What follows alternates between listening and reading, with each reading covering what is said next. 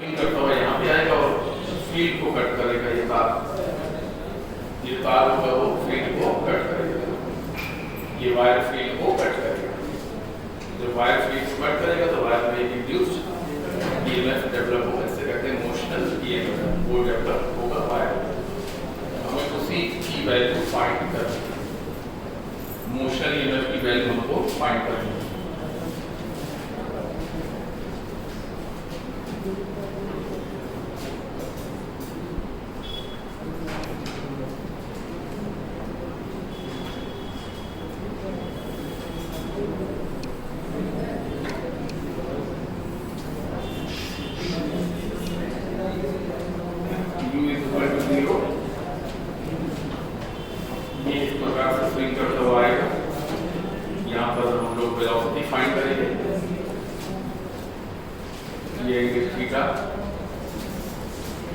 ये height h, ये l minus h।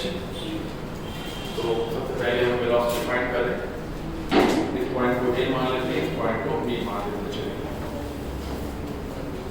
तो a से b तक v square equal to u square plus 2a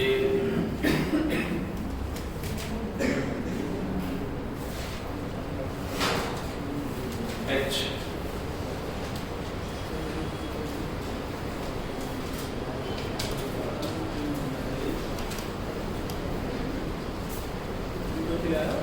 to G H कर लीजिए, 0 2gh, तो 2g और h की value L1 minus cos theta. ये सर्कुलर मोशन में आप लोग ध्यान देंगे, L1 माइनस cos थीटा अच्छी तरह जानते हैं, कई बार इसका प्रयोग किया गया बहुत बार।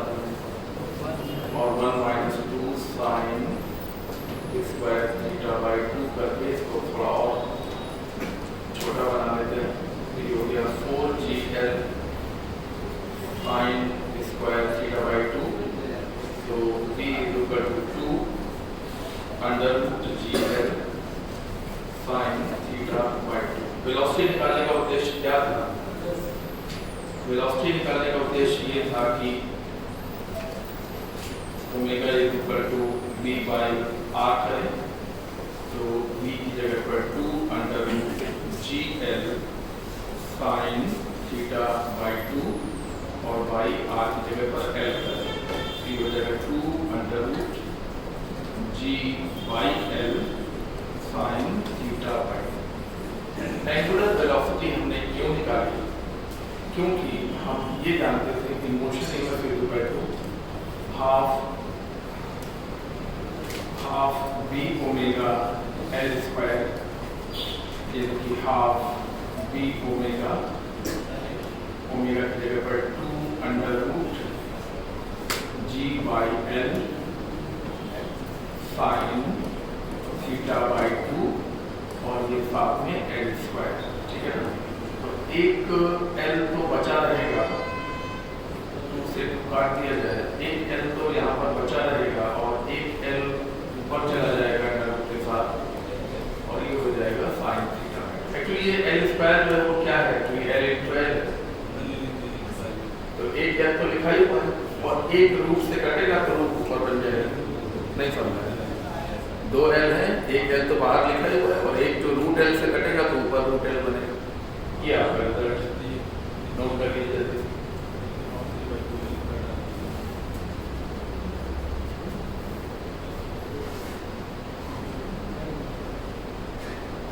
देखिए शायद फर्स्ट ऑप्शन है,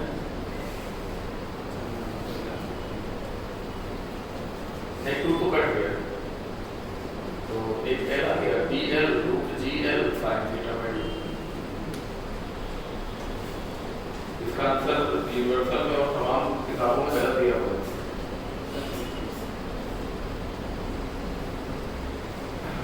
उसने जो आंसर निकाला है वो ऐसे निकाला है, BVL मतलब ट्रांसलेटरी मोशन वाला फार्मूला लगा दिया। और फार्मूला कौन सा पता लगना चाहिए? बोलो, रोटेटरी मोशन वाला लगना चाहिए, half b omega l square लगना चाहिए। और वहाँ पे सॉल्व किया इस फार्मूले से, ये सवाल इस मामले से सॉल्व नहीं होगा, क्योंकि जो वायर है वो फिक्स एक्सिस के अबाउट, देखिए जरा ध्यान से कि देखिए फिक्स एक्सिस के अबाउट ऐसा मोशन कर रहा है, रोटेटरी मोशन कर रहा है ये वाला, तो फार्मूला लगना चाहिए half B omega L square, और किताबों में इसको सॉल्व किया है बी बी एल से, इसलिए वो आंसर में गड़बड़ी हो गई है।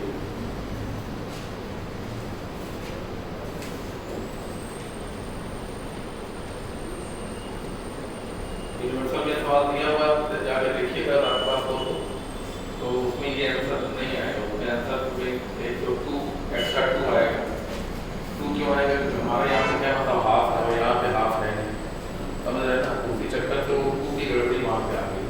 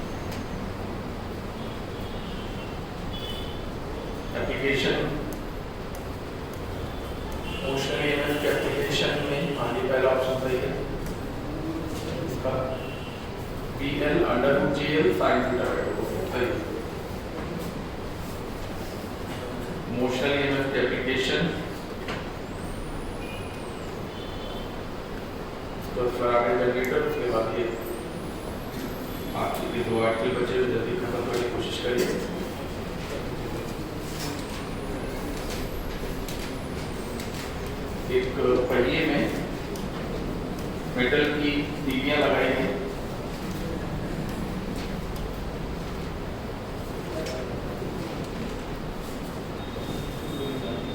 एक पहिए में मेटल की ये तीलियां लगाई गई और मैग्नेटिक फील्ड में रखा गया।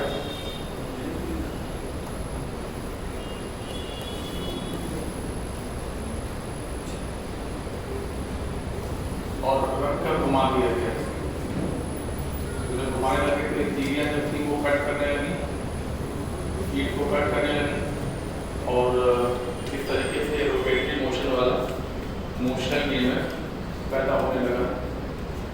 और हर तीली में एक सेल की तरह बिहेव करने लगी, हर तीली में एक मोशनल ईएमएफ डेवलप हो गया, हर तीली में एक मोशनल ईएमएफ डेवलप हो गया और सभी का ईएमएफ सेम होगा क्योंकि सभी की लंबाई सेम है और सभी की एंगुलर वेलोसिटी भी सेम है। हाँ, और किसी भी एक तीली का जो ईएमएफ होगा वो half B omega L square होगा, जहाँ पे एल तीली की लंबाई है, ठीक है। अगर हम बात करें point A B C D E F G H की, तो V A equal to V B equal to V सी,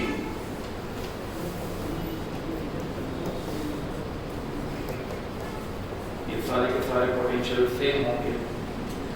इस प्रकार से ये सारे के सारे सेल आपस में पैरेलल में होंगे, पैरेलल में होने की वजह से जो नेट ईएमएफ होगा वो सिंगल काई के बराबर होगा, यानी half B omega L square के बराबर होगा। ये देखिए एक तीली का ईएमएफ लिखा हुआ है और ये नेट ईएमएफ भी उतना ही होगा क्योंकि सारी तीलियां किसमें पैरेलल है, क्योंकि सारे सेलों का नेगेटिव सेंटर पर है और पॉजिटिव सरफेस पर। और ये मेटालिक रिंग है, मेटालिक होने की वजह से ये गैप डीपी पोटेंशियल होगा, डीपी पोटेंशियल होगा तो सभी सेलों का माइनस सेंटर पर है और सभी सेलों का प्लस पेरीफेरी पे है और पूरी पेरीफेरी मेटल की है। मेटल की होने की वजह से सभी बिंदुओं का पोटेंशियल सेम होगा। इस प्रकार से जो पोटेंशियल डिफरेंस यहाँ होगा वही यहाँ होगा वही यहाँ होगा। इस प्रकार से ये सारे सेल पैरेलल होंगे और पैरेलल में होने की वजह से नेट ईएमएफ एक सेल के ईएमएफ के बराबर होगा। तो पहला सवाल पूछा जाता है कि वीडियो में मोशन ईएमएफ पैदा होगा या नहीं होगा, सेंटर और पेरीफेरी की भी कोई विभवांतर पैदा होगा या नहीं होगा। तो विभवांतर पैदा होगा। इस विभवांतर को हम लोग कहेंगे मोशनल ईएमएफ। कौन सा वाला? रोटेटरी मोशन वाला। ठीक है। दूसरा क्वेश्चन पूछा जाता है कि हर टीवी में जो पोटेंशियल डिफरेंस डेवलप होगा उसका मान क्या होगा। उसका मान होगा आप भी ओमेगा एल स्क्वायर। पूरे सिस्टम का ईएमएफ कितना होगा? वो भी हाफ भी ओमेगा एल स्क्वायर। अगला क्वेश्चन पूछा जाता है कि अगर एक टीवी टूट जाए, अगर दो टीवियां टूट जाए, ये भी दो टीवियां टूट गई, अब नेट ईएमएफ कितना होगा? इतना ही होगा। कहते हैं दो टीवियां अगर और टूट जाए तो भी उतना नहीं होगा। दो टीवियां और टूट जाए तो भी उतना ही होगा। ये लास्ट टीवी जो है वो भी मान लीजिए टूट जाए और सिर्फ ये ही बचा रहे तो भी उतना ही होगा। ठीक है ना? ये मैं कह रहा हूँ। ये सारे क्वेश्चन यहाँ से जो बनते हैं सारे मैंने बता दिए।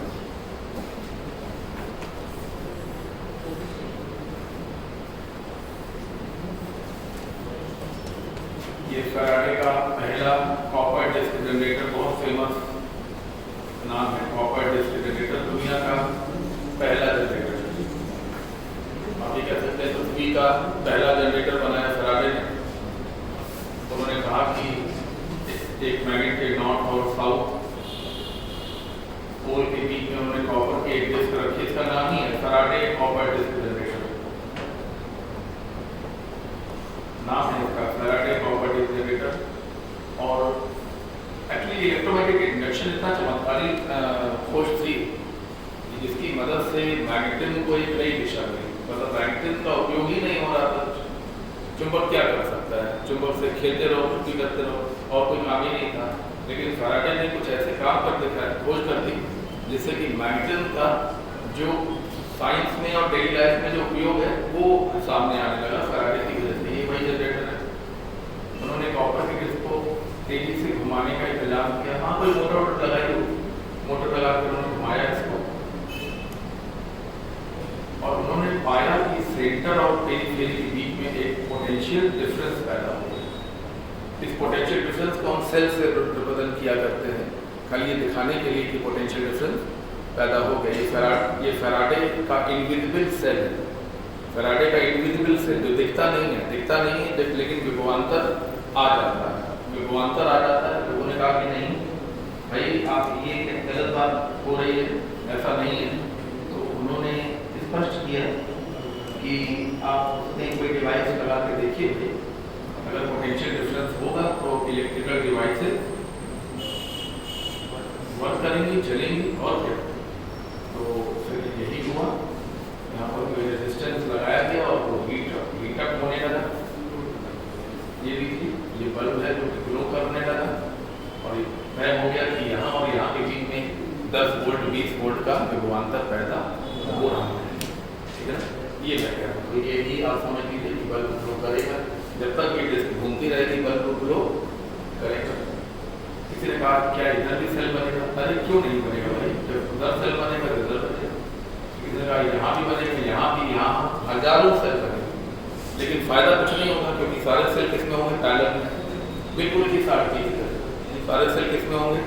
क्योंकि सभी सेलों का सेंटर एक एंड सेंटर पर होगा और दूसरा एंड पेरीफेरी पर होगा। तो सारे सेल का जो पोजीशन होगा वो कॉमन होगा। और जब पोजीशन कॉमन होती है तो पैरिटी होती है। बोलो, जब पोजीशन कॉमन होती है तो पोजीशन कॉमन का मतलब है नेगेटिव सबका एक जगह और पॉजिटिव सबका एक जगह। एक कॉमन पोजीशन खोली जाती है और कॉमन पोजीशन को ही हम लोग क्या कहते हैं? पैरिटी कहते हैं। तो फायदा कुछ नहीं होगा। ईएमएफ इतना ही मिलेगा जितना मिल रहा है, ऐसा कुछ नहीं है। और वो क्या होगा? हाँ, ये फायदा ये होगा कि आप ओमेगा जितना ज़्यादा बना ले जाएंगे, ईएमएफ भी उतना ज़्यादा होगा। जितना तेज आप इसको घुमा लेंगे, ईएमएफ उतना ज़्यादा होगा, करंट उतना ज़्यादा बनेगा। ठीक है।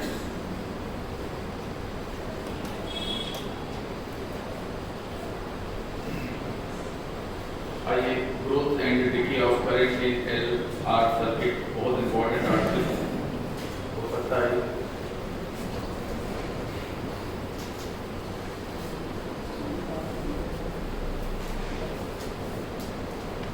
ये एक एल आर सर्किट है जिसमें हमने एक बैटरी को लगाया और की को ऑन कर दिया।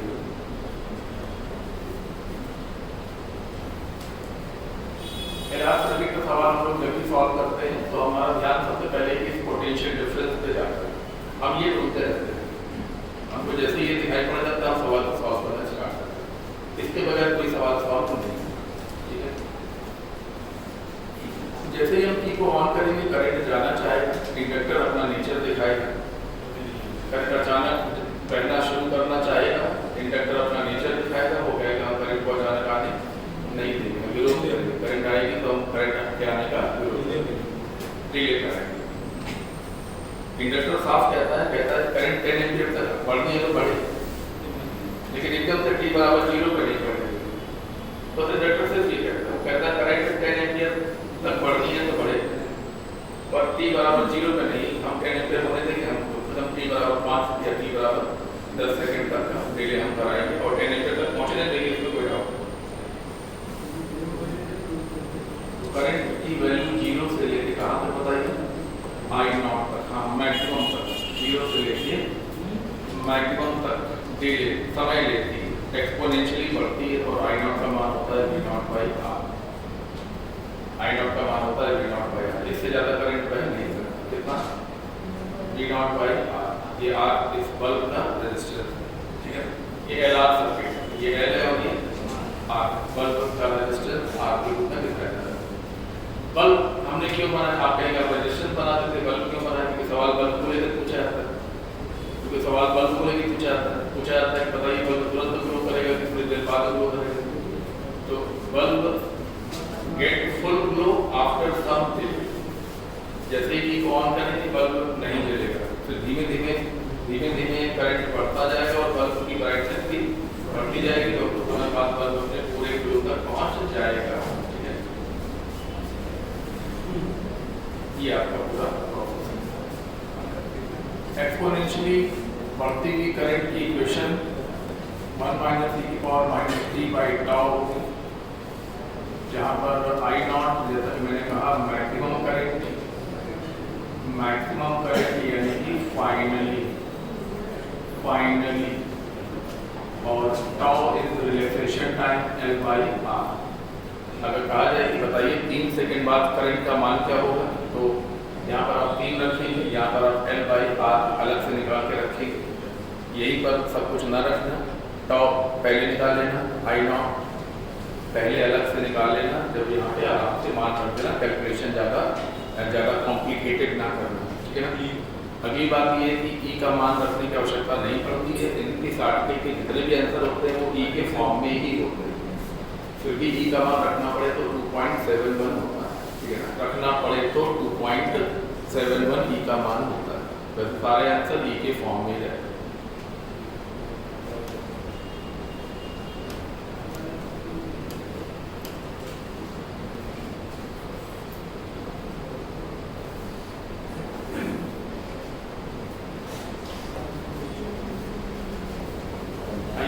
प्रैक्टिस करने के लिए 3 क्वेश्चन हम लोग बनाते हैं, और कोई वजह नहीं है, कोई प्रैक्टिस की वजह है। जब हम की को ऑन करेंगे t बराबर 0 होगा, I0 1 माइनस t की पावर -0, किसी भी चीज की पावर में 0 आ जाए तो 1 होता है, इसका मतलब हो गया 0। t बराबर टाउ पर हम देखना चाहते हैं I = I0 1 - e की power minus tau by tau cancel होगा, I0 1 - e की पावर -1, यानी कि I0 1 - 1/e, यानी कि e - 1/e times I0। e का मान रखने के आप पाएंगे 0.63, I0 यानी कि 63% ऑफ I0। यहाँ से आप टाउ की डेफिनेशन दे सकते हैं कि टाउ वो टाइम है जितने टाइम में एलआर सर्किट की करंट बढ़ते बढ़ते अपने मैक्सिमम के 63% तक पहुँच जाती है। टाउ की डेफिनेशन यहाँ से दी जा सकती है। टाउ वो टाइम है जितनी देर में एलआर सर्किट की करंट 0 से बढ़ते बढ़ते मैक्सिमम का 63% हो जाती है। मान लीजिए 100 एम्पियर करंट 100 तक जानी है तो 63 एम्पियर तक हो जाएगी, उस टाइम को हम टाउ कहेंगे। मान लो 10 एम्पियर करंट जानी है तो 6.3 एम्पियर तक हो जाएगी। अरे भाई 10 का 63%, 10 का 63% 6.3, ठीक है ना। मान लो करंट 1 एम्पियर तक पहुंचनी है, ये हाँ, मान लो ये 1 एम्पियर होना है, ये मान लो नेक्स्ट कुछ माना करो भाई, कभी कभी 1 एम्पियर 0.63 तक हो जाएगी। 1 का 63% 0.63 जितनी देर में हो जाएगी वही टाइम टाउ कहलाएगा। Tau is called inductive time constant. इसको शॉर्ट में हम लोग टाइम कांस्टेंट भी कहते हैं। पूरा नाम है इंडक्टिव टाइम कांस्टेंट। कोई कहे फाइनली, कोई कहता है लॉन्ग आफ्टर, कोई कहता है फाइनली। उसी का मतलब क्या बताओ? लॉन्ग आफ्टर के लिए सारथी में हमको क्या रखना होता है? इनफाइनाइट। लॉन्ग आफ्टर के लिए इनफाइनाइट रखना होता है, ठीक है। I is equal to I naught 1 minus e की पावर माइनस इनफाइनाइट, किसी भी चीज की पावर माइनस इनफाइनाइट 0 होता है। ये कितना हो गया होता है? ये I naught यानी कि maximum current, that is called V naught by R। इस आर्टिकल का एक भी क्वेश्चन बिना V naught के सॉल्व नहीं होता। हाँ ठीक है भाई, कोई तुम्हें ऐसा क्वेश्चन मिल भी सकता है जो बिना V naught के सॉल्व हो जाए, थ्योरी का हो सकता है, V naught की आवश्यकता नहीं पड़ती। लेकिन अगर वो न्यूमेरिकल टाइप क्वेश्चन हुआ तो V naught जरूर इस्तेमाल होगा। इसलिए इस V naught पर गौर करिए, इस पोटेंशियल डिफरेंस पर विचार करें, ठीक है ना। यहीं पर हम लोग half life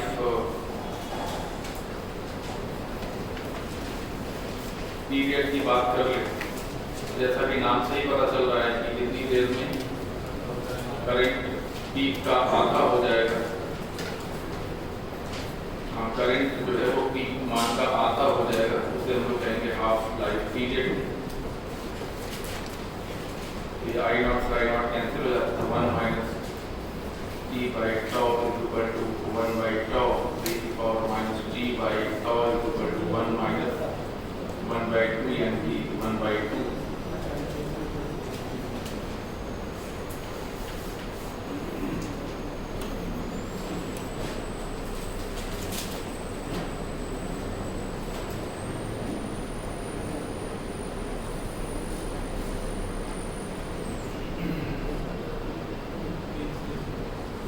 power t by tau is equal to 2।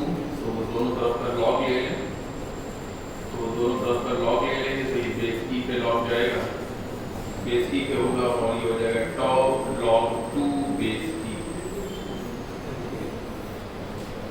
t is equal to tau log 2 base e। log 2 base e को हम लोग कहते हैं 0.693,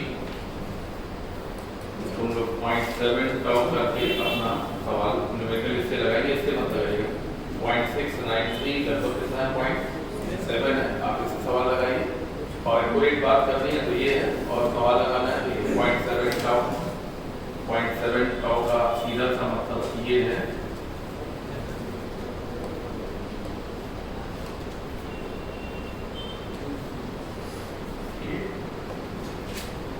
इसका मतलब है 0.7 L by R।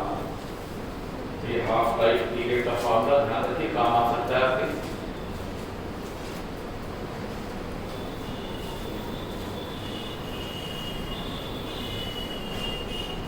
आर्टिकल देखने में कठिन लग रहा है, बहुत आसान सवाल होता है इसका, बिल्कुल इजी क्वेश्चन होता है।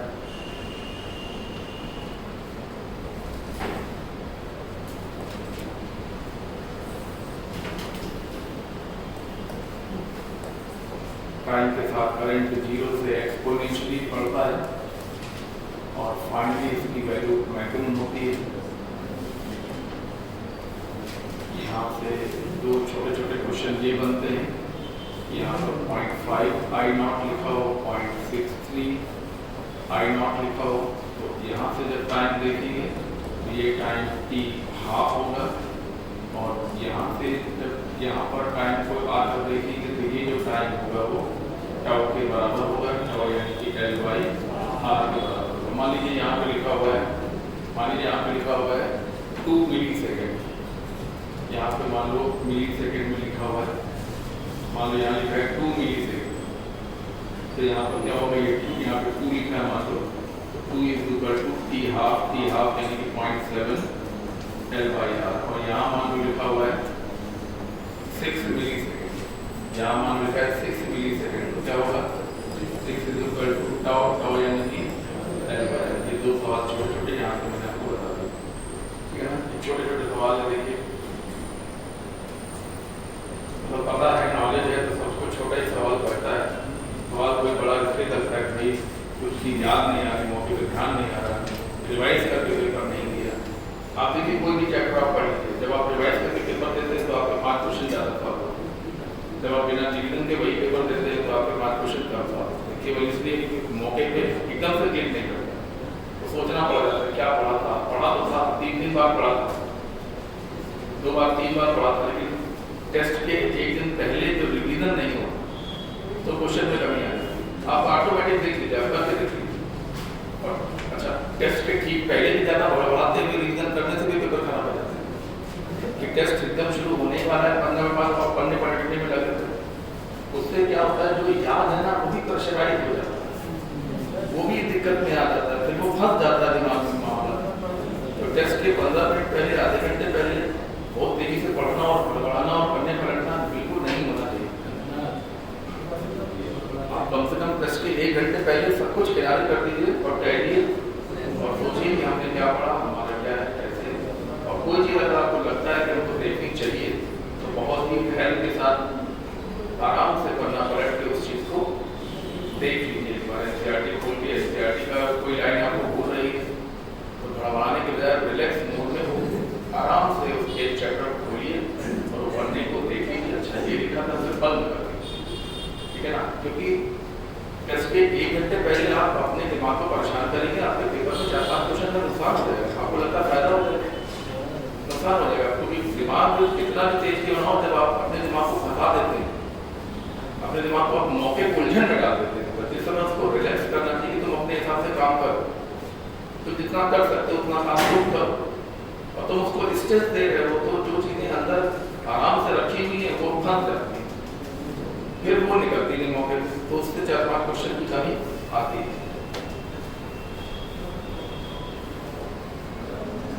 आप इतनी तैयारी करिए कि आपको 1 दिन पहले तक पढ़िए। सुबह 10 बजे पेपर है, सुबह आप केवल अपनी बुकलेट देख लीजिए बस ऊपर से, हमने ये भी पढ़ लिया, हमने ये भी पढ़ लिया, ये क्योंकि 1 दिन पहले तक अगर आप तैयारी नहीं कर पाए तो आप सुबह 6 बजे उठ के 10 बजे तक क्या तैयारी करेंगे, उलझन में आ जाएंगे।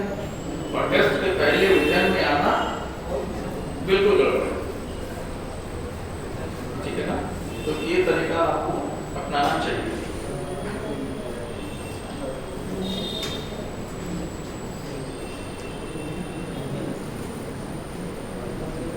ऐसे एक दिन पहले तक खूब कर लीजिए, खूब मेहनत देना सब कर लीजिए और उस दिन बिल्कुल रिलैक्स होकर जाएं और दिमाग को जितना परफॉर्मेंस वो कर सकता है उतना उसको करने, ठीक है ना, उसको उलझन में बिल्कुल भी ना डालें।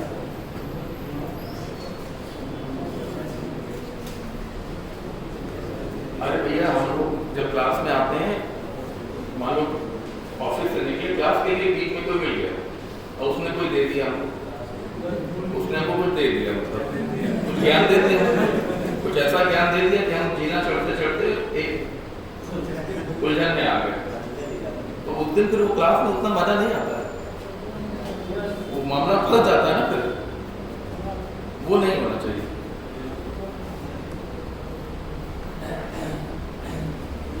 हम लोग को तो चलो प्रेशर में काम करने की हैबिट हो गई है, तो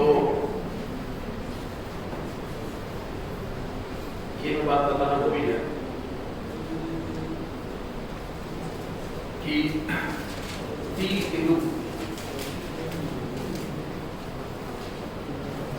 T t is equal to 0 पर करंट 0 होगा, यानी कि जहां इंडक्टर लगा है तो वहां तार को तोड़ दोगे, ठीक है ना। हाँ, जहां जहां इंडक्टर लगा है वहां वहां क्या कर दोगे, तोड़ दोगे। और सवाल को सॉल्व करो। कौन सवाल, t बराबर 0 का सवाल ऐसे करके सॉल्व करोगे। क्या सारी ब्रांचें तोड़ दोगे?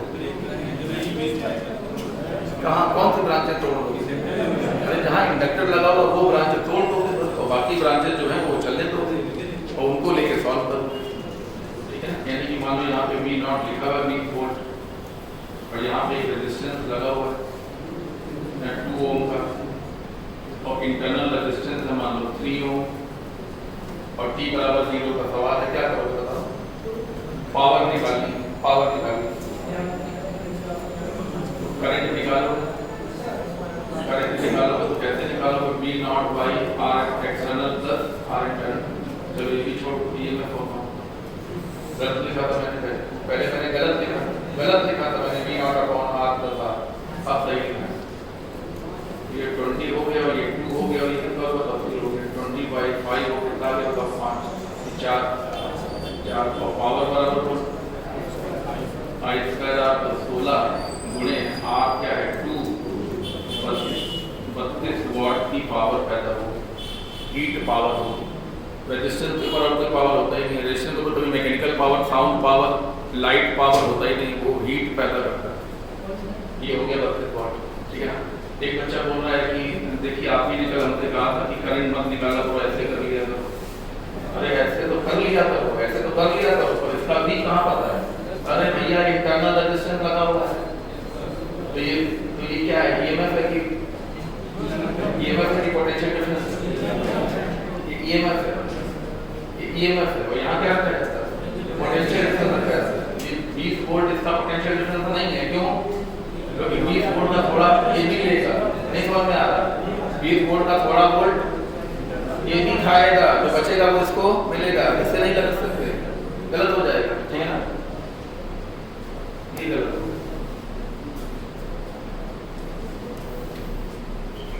और फाइनली देखिए जरा, क्योंकि फाइनली करंट कितना होता है? V नॉट बाई R, यानी कि मैक्सिमम, मतलब हाँ मतलब ऐसा है जैसे इंडक्टर कहीं है ही, ये लगा है V नॉट, ये लीजिए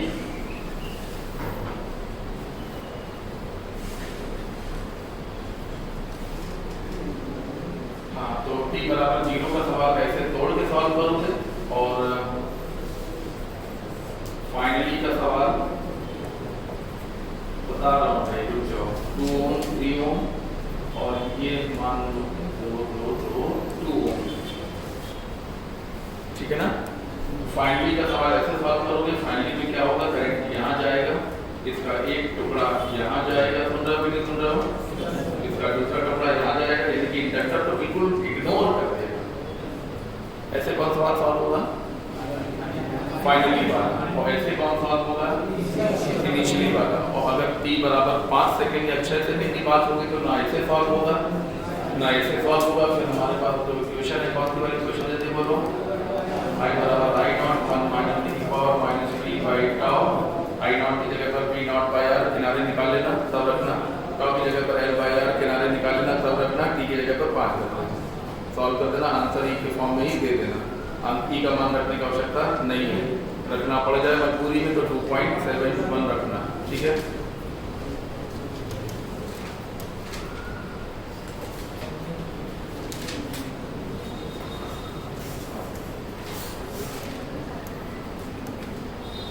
हाफ लाइफ पीरियड और ये तो हम लोगों ने कर लिया है। Rate of change of current और करेंगे हम लोग, और उसके बाद हम लोग पोटेंशियल डिफरेंस करेंगे और फिर VL और I का रिलेशन रखते हुए प्योर इंडक्टर का है, ठीक।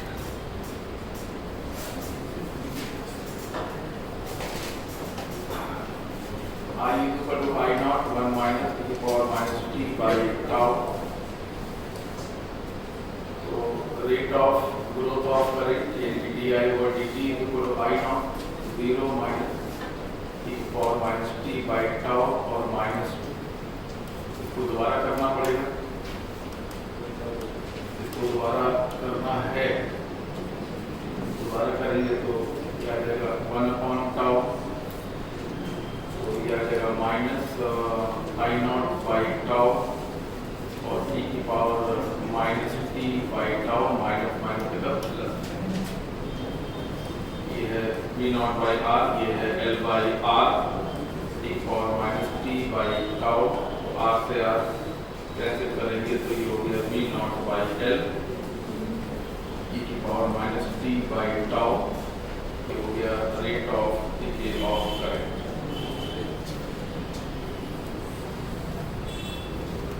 Rate of decay of current में भी कभी कभी टी बराबर 0 पर पूछने लगते हैं, D I over D T V not by L t की power minus 0, this will be answer will be v naught by l,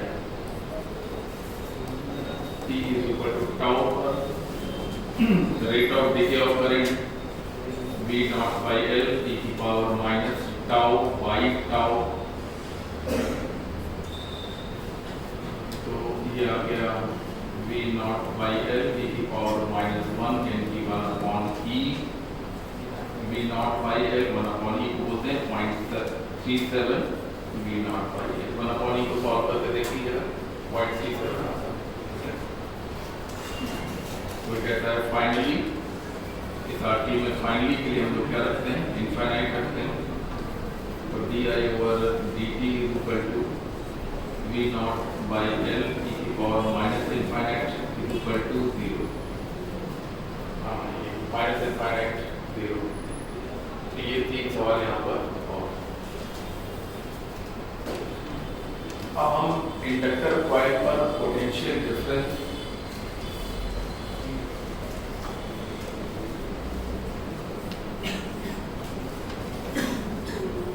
vehicles में एक्चुअली बल्ब नहीं लगा होगा, रेजिस्टेंस लगा होगा, और जो थ्योरी क्वेश्चन होंगे उसमें बल्ब लगा होगा। एक बात तो ये, दूसरी बात ये है कि अगर आप कुछ किताबों की बात करें, मैं नाम लूँगा यूनिवर्सल का, तो आप उसको लगाते हैं, कोई डाउट बुराई नहीं है, फ्रेशर में हमने भी रिकमेंड किया था और बच्चों ने उसको खरीदा लगा लिया है। लेकिन इलेक्ट्रोमैटिक इंडक्शन में जितने भी क्वेश्चन लेंज लॉ के हैं वो आप उस किताब से कतई न लगाएं, आपका कॉन्सेप्ट बिगड़ जाएगा, उसमें सब गलत है। मतलब अगर उसमें लेंज ला के 12 क्वेश्चन दिए हैं तो 12 में से 10 क्वेश्चन गलत है, नहीं क्वेश्चन ही गलत है, आंसर की तो बात ही मैं नहीं कर रहा हूँ, क्वेश्चन ही गलत तरीके से पूछा गया, ठीक है, खासकर लेंज लॉ वाले वो हम लोग भी डिस्कस कर लेंगे।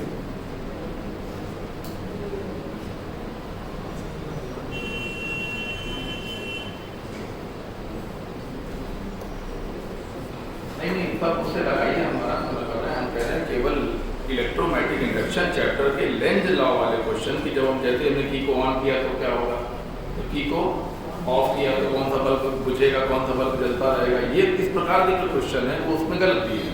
और क्वेश्चन ही जब गलत है तो हम सोल्यूशन की बात कहाँ से डिस्कस ही नहीं कर सकते, जब क्वेश्चन पूछने का तरीका ही गलत है।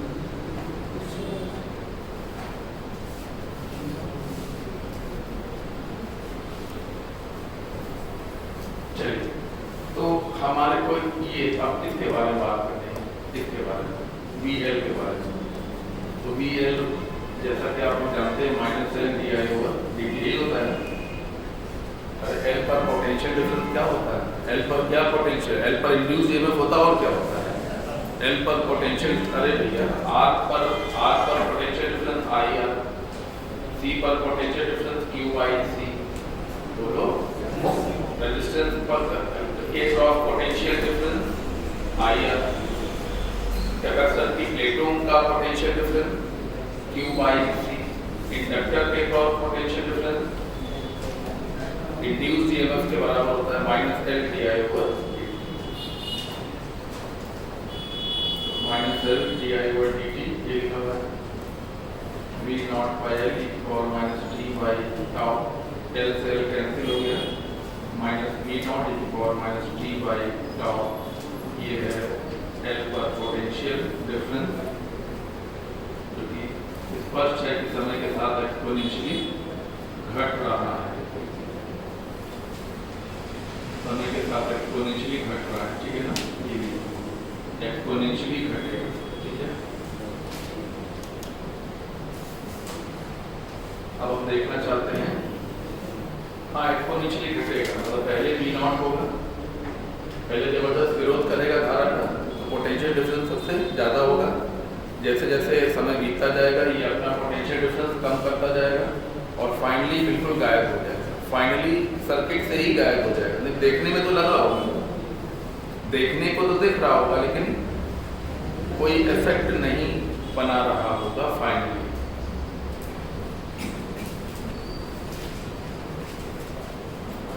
मान लो ये 10 वोल्ट है, मान लो एग्जाम्पल ले रहा हूँ भाई, 10 वोल्ट है, तो बताओ शुरुआत बोलो 10 0 वोल्ट, बोलो 10 वोल्ट 0 वोल्ट 8 वोल्ट 2 वोल्ट 6 4 5 5। एक ऐसा समय भी आएगा जब दोनों का पोटेंशियल डिफरेंस सेम होगा।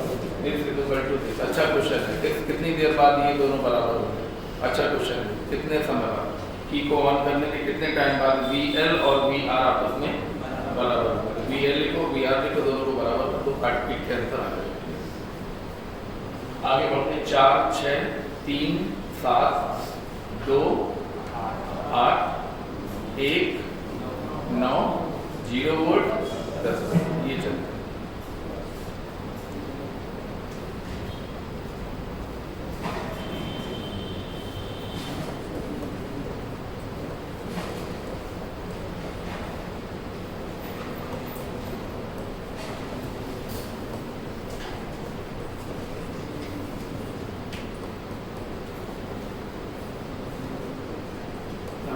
VL by V नॉट लिखा जा सकता है, क्योंकि e power minus t by tau को हम रिप्लेस करेंगे तो कैसे होगा? VL by V not. हाँ ठीक है, मैं बता देता हूँ हम क्या करने जा रहे हैं, कहाँ पहुँचना चाहते हैं। हम एटलीस्ट सर्किट की करंट, हाँ ये सर्किट की करंट I और VL में संबंध जानना चाहते हैं। ये एक्सपोनेंशियली बढ़ता है और ये एक्सपोनेंशियली घटता है, इनमें आपस में क्या रिलेशन होता है, ये हम लोग देखेंगे। I by I naught is equal to 1 minus VL by V naught, so VL by V naught is equal to 1 minus I by I naught. So VL is equal to V naught minus V naught by I naught, I और V naught और I naught के अनुपात हम लोग R कह सकते हैं।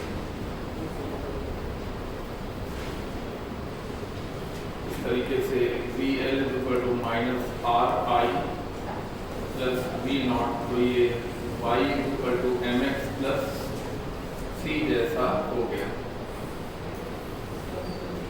यानी कि करंट के साथ हाँ ये स्ट्रेट लाइन होगा, इसका इंटरसेप्ट V naught होगा और ये स्लोप एंगल, स्लोप जिसे हम लोग tan थीटा के नाम से जानते हैं, वो माइनस R के बराबर होगा। अल्फा पर आ जाइए, सवाल लगाना है तो फिर अल्फा पर आइए भाई, तो 10 alpha is equal to R करते हैं, ठीक है। जैसे यहाँ पे लिखा है 135, तो ये कितना हो गया 45, तो 10 45 बराबर R 1 R का मान 1 होगा 1, ठीक है। ये सवाल अच्छा सवाल है, ध्यान रखिएगा। ये हम लोगों ने बात कर ली, इस समय के साथ करंट एक्सपोनेंशियली बढ़ता है और L पर पोटेंशियल डिफरेंस एक्सपोनेंशियली घटता है, और I और VL का जो रिलेशन है वो लीनियर है, लीनियरली डिक्रीजिंग। ये बढ़ रहा है, करंट बढ़ रहा है और पोटेंशियल डिफरेंस L पर पोटेंशियल डिफरेंस घट रहा है, लीनियर। अब मौके पे कंफ्यूजन यही सब बातें होती हैं। आप अचानक कहते हैं भाई हमने तो ये पढ़ा है, आप सडनली कहते हैं कि हमने तो ये पढ़ा है, तो सही पढ़ा है, फिर अचानक दिमाग में प्रेशर आ जाता है तो लगता है ये क्या है भाई, ये क्या कर दिया। ये VL का वेरिएशन है टाइम के साथ, ये I का वेरिएशन है टाइम के साथ, और ये VL का वेरिएशन है I के साथ, ये अलग चीज़ है। लेकिन पैटर्न वही, समय के साथ करंट बढ़ता है और L पर पोटेंशियल डिफरेंस घटता है। टाइम के साथ एक्सपोनेंशियल रिलेशन है, लेकिन आई के साथ इसका लीनियर रिलेशन इंपॉर्टेंट है। अब हम ये देखना चाह रहे हैं थोड़ा सा कि अगर किसी सवाल में कोई कहता है कि बल्ब नहीं है, यानी कि रेजिस्टेंस L के साथ नहीं है, तो ऐसे में करंट किस तरीके से ग्रो करेगा, ये कोई देखना चाहता है। ये पॉइंट ए है, तो ए से ए तक हम ब्रांच रूल अप्लाई करना चाह रहे हैं।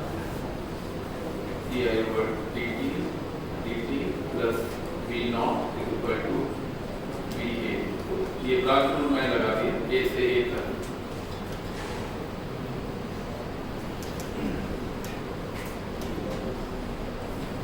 ए से ए तक ब्रांच रूल हमने लगा दिया, तो ये हो गया L di over dt is equal to V naught, so di over dt is equal to V naught by L, इसलिए di is equal to V naught by L dt। Integration का sign यहाँ plot कर दिया, constant को बाहर लेते हुए dt के लिए हो गया I is equal to V naught by L into I directly proportional to T, यानी समय के साथ करंट लीनियरली इंक्रीज करेगा। कैसे इंक्रीज करेगा? लीनियरली इंक्रीज करेगा। ठीक है, ये भी एक कंफ्यूजन की बात आ गई, लीनियरली इंक्रीज करेगा।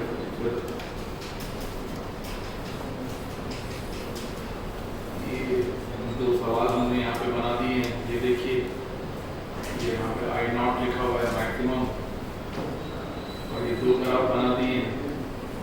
ये जो ग्राफ है वो LR DC सर्किट है,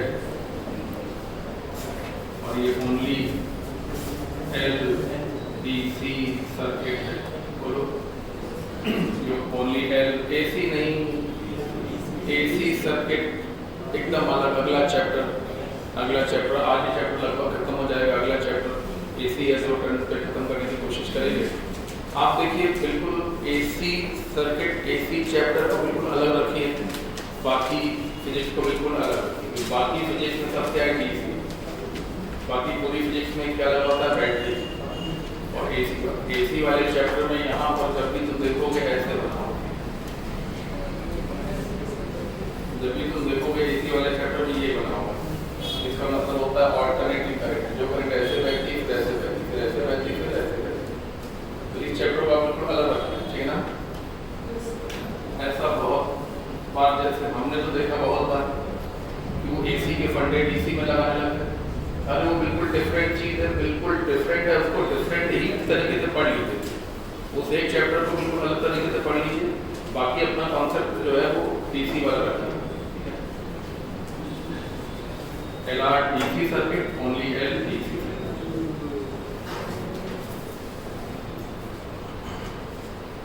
ये ओनली L सर्किट हम लोगों ने कर लिया, और अब हम लोग करेंगे डिके ऑफ करंट।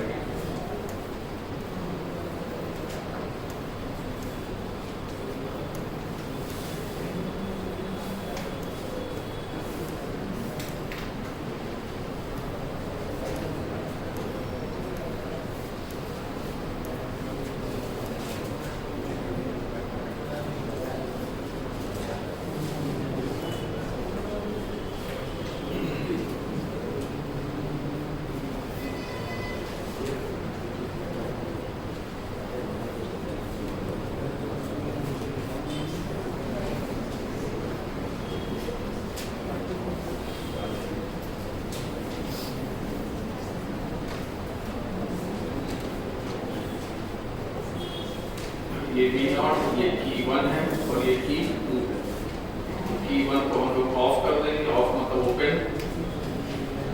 ओपन कर देंगे, इसको हम लोग क्या कर देंगे? क्लोज कर देंगे। ठीक है ना? तो कहने का मतलब ये कि करंट का डीके अगर हमें देखना है, अगर हमें करंट का डीके देखना है, तो भी सर्किट यानी 2 पूरा होना चाहिए। इसको हमने ओपन कर दिया, तो ये ब्रांच गायब हो गया। नहीं, ऐसे ही सीखना है कि सवाल ऐसे ही पूछे जाते हैं जिसमें दोनों ब्रांचें बनी होती हैं और कहा जाता है कि की को हमने क्या कर दिया, ओपन कर दिया, ओपन खोल दिया, तोड़ दिया और इसको हमने ऑन कर दिया। तो ये तो ब्रांच ब्रेकआउट है और ये पूरा लूप तैयार है। तो अब यहाँ पर करंट बढ़ेगा ऐसे और करंट का मान आई नॉट मैक्सिमम से धीमे धीमे एक्सपोनेंशियली घटेगा और फाइनली कितना हो जाएगा, ये करंट का पैटर्न रहेगा। ई बराबर 0 पर ये रहेगा और फाइनली आपका 0 हो जाएगा। ठीक है,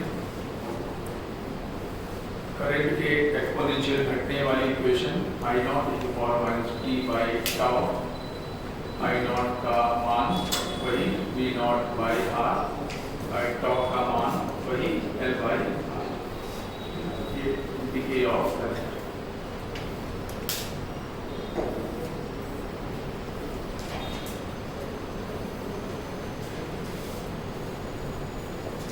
इस चैप्टर के क्वेश्चन आसान होते हैं, बिल्कुल देखने में कठिन लग रहा है, इस आर्टिकल के क्वेश्चन होते आसान है। ई बराबर 0 पर I equal to I not की पावर माइनस 0 यानी कि आई नॉट यानी कि maximum V not by R, T equal to tau पर I equal to I not की power minus tau by tau, I not की पावर माइनस 1 यानी कि 1 अपॉन ई आई नॉट यानी 0.37 आई नॉट, ये हो गया।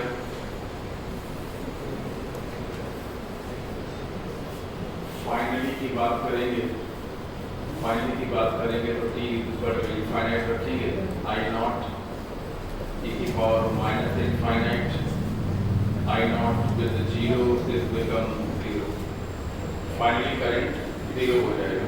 ठीक है,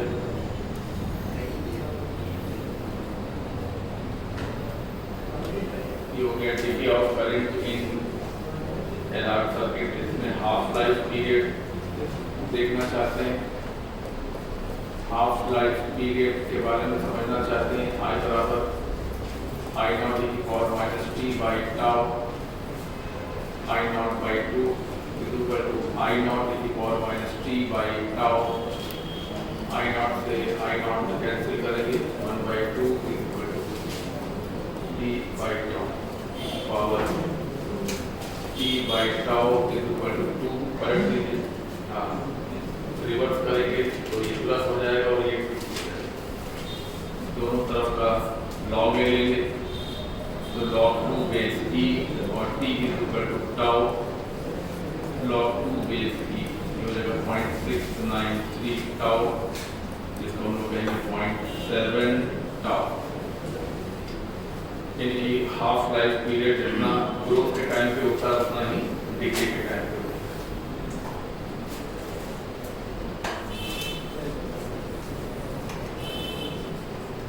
टाइम के साथ करंट का एक्सपोनेंशियल डिक्रीज करना, ये देखिए कि आई नॉट है और यहाँ पर 0.5 आई नॉट और यहाँ पर 0.37 आई नॉट, यहाँ से हम यहाँ जाके यहाँ आएंगे तो ये टाइम t हाफ होगा और यहाँ जाके यहाँ पर आएंगे तो ये टाइम टाउ होगा, तो ये टाइम 0.7 टाउ होगा, तो ये टाइम टाउ होगा।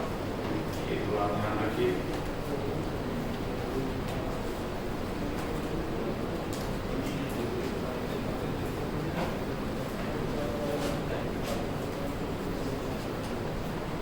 Rate of decay of current बस, और उसके बाद क्वेश्चन।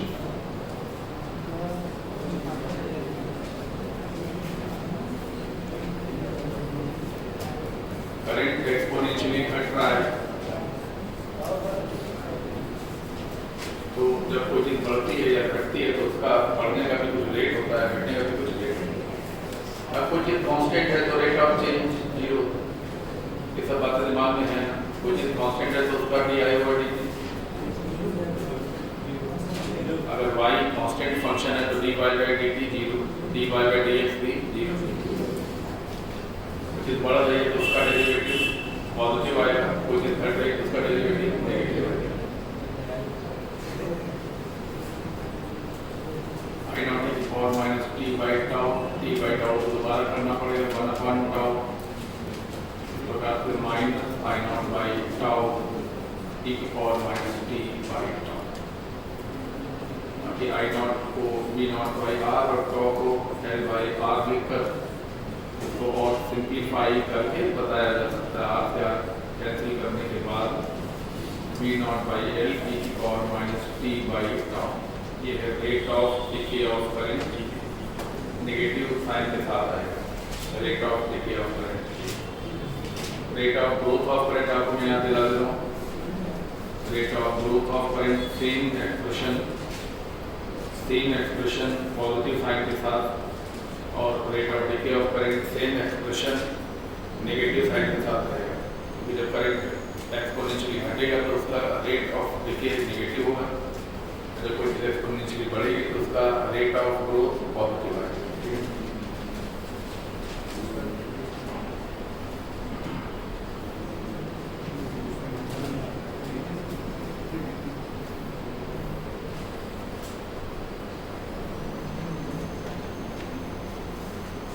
तो यहाँ पर देखिए इस सवाल में t बराबर 0 पर 3 ओम वाले पर करंट पूछा गया।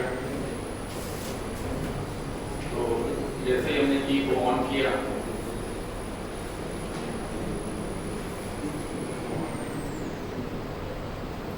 ये 3 ओम और ये 1 ओम और यहाँ पे जो इंडक्टर लगा था वो ब्रोकन वायर बन गया। ब्रोकन वायर बन जाने की वजह से जो करंट यहाँ से चलेगा वो यहाँ जाएगा।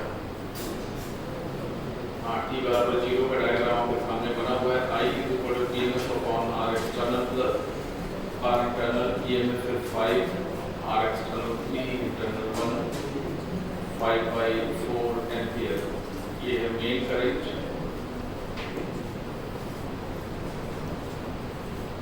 मेन करंट और करंट ऑन 3 ओम I के बराबर यानी कि 5 by 4 एम्पियर की होगा।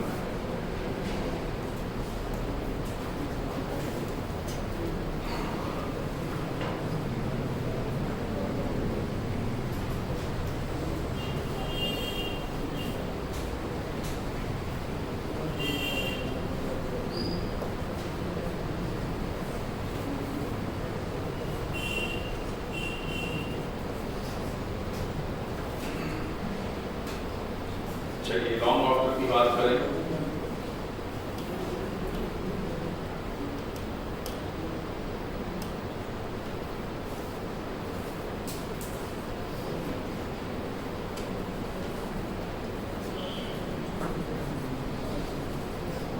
लॉन्ग ऑर्डर की बातें करें कि इनफाइनाइट पर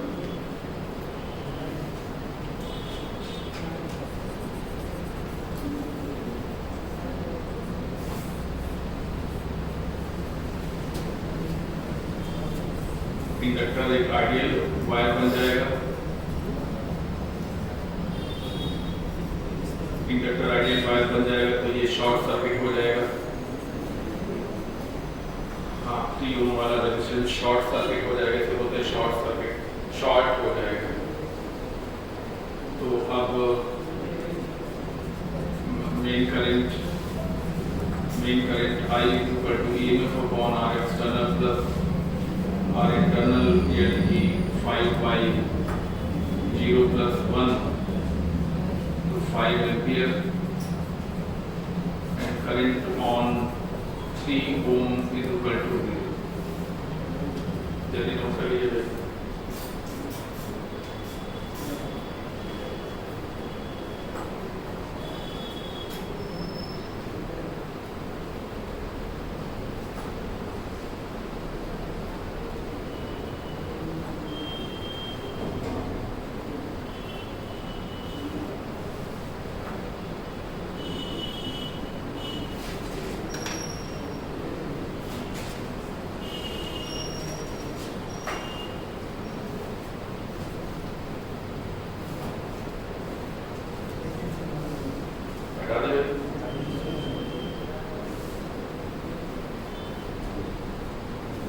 सिंपल क्वेश्चन है, बेसिक क्वेश्चन है। टी बराबर टी को इंटीग्रेटर की जगह को तोड़ देना और फाइनली की बात करें तो इसको आइडियल तार बना के सॉल्व करें।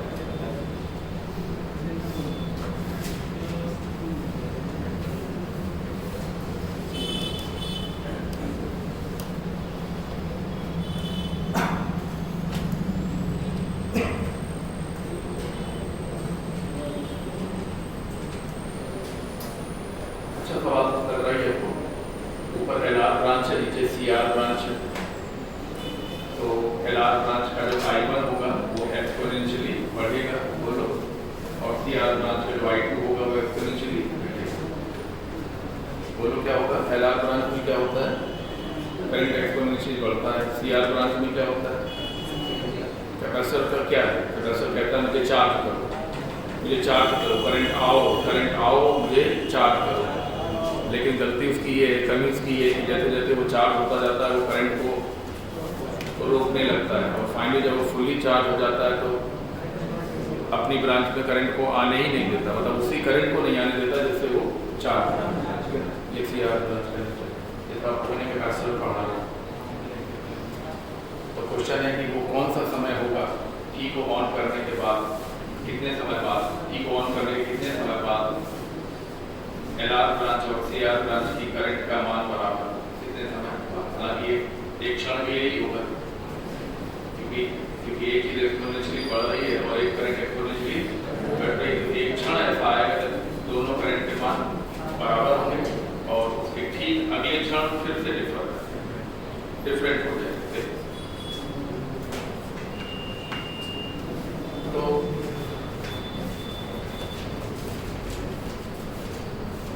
और LR ब्रांच हमें टाउ चाहिए होगा भाई, बिल्कुल टाउ चाहिए होगा, L/R, R का मान √L/C, ये √LC होगा।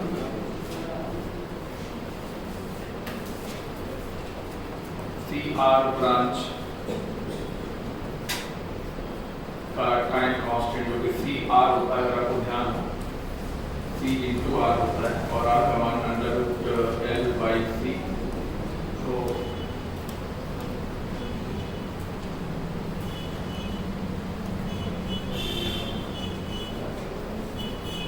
√L/C, तो ये √LC होगा।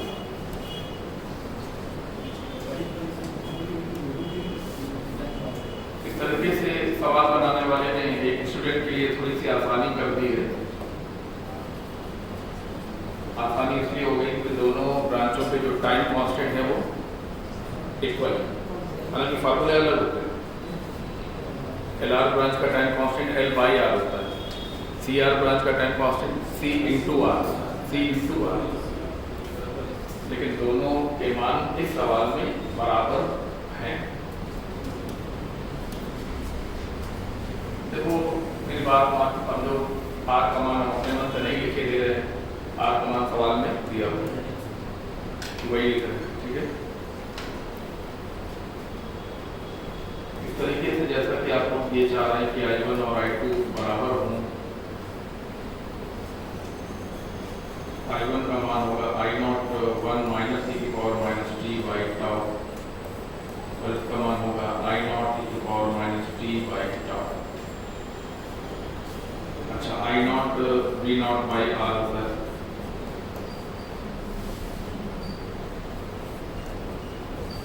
और यहाँ भी V0 बाई R होता है।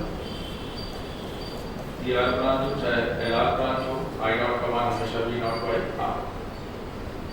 सवाल बनाने वाले ने एक सहूलियत आपको और दे दी। क्या सहूलियत दे दी? L के साथ भी R है और C के साथ भी R है। सवाल में जटिलता तब आती जब L के साथ R होता और C के साथ 2R होता। L के साथ R होता और C के साथ 2R होता। तो यहाँ पे क्या लिखते हो लोग V0 by R, I0 level, और यहाँ क्या लिखते होता V0 बाई 2R। सवाल में हल्की सी जटिलता पैदा होती है। ये सवाल तो सीधी लाइन में चल रहा है, ठीक है।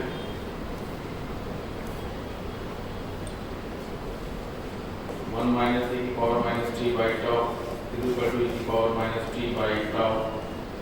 तो 1 इज इक्वल टू e की पावर, सॉरी 2 e की power t by tau e की power is equal to 1 by 2 e की power t by tau is equal to 2. So t by tau is equal to log 2 base e, and t is equal to tau log 2 base e, और log 2 base e को आप लोग 0.7 अगर कहना चाहें तो कह सकते हैं, नहीं तो ये आंसर लिखा होगा।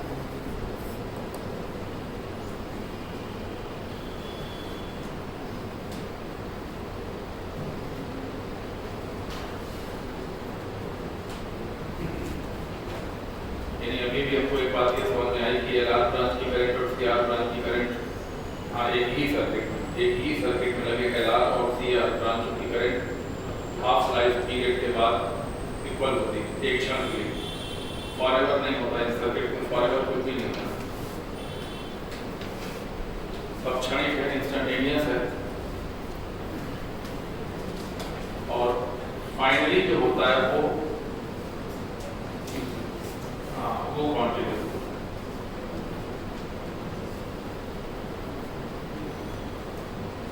इस ब्रांच में फाइनली करंट 0 हो जाएगा और इस ब्रांच की फाइनली करंट मैक्सिमम हो जाएगी, ठीक है।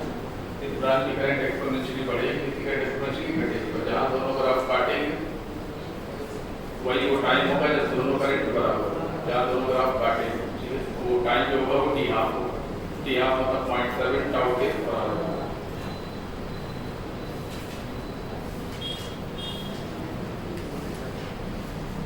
जल्दी नोट करें भाई।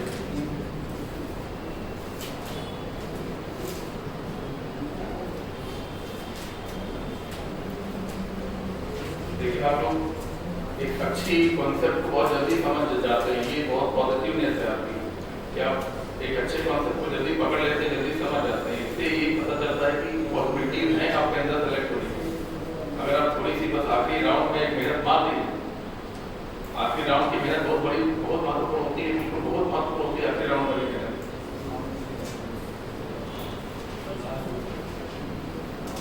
भाई दिक्कत उन बच्चों को होती है जो बातें बताई जाए उनको समझ में ही, बातें बताई जा रही है, कही जा रही है, सामने बोली जा रही है, कोई समझ नहीं आ रहा क्या हो रहा है।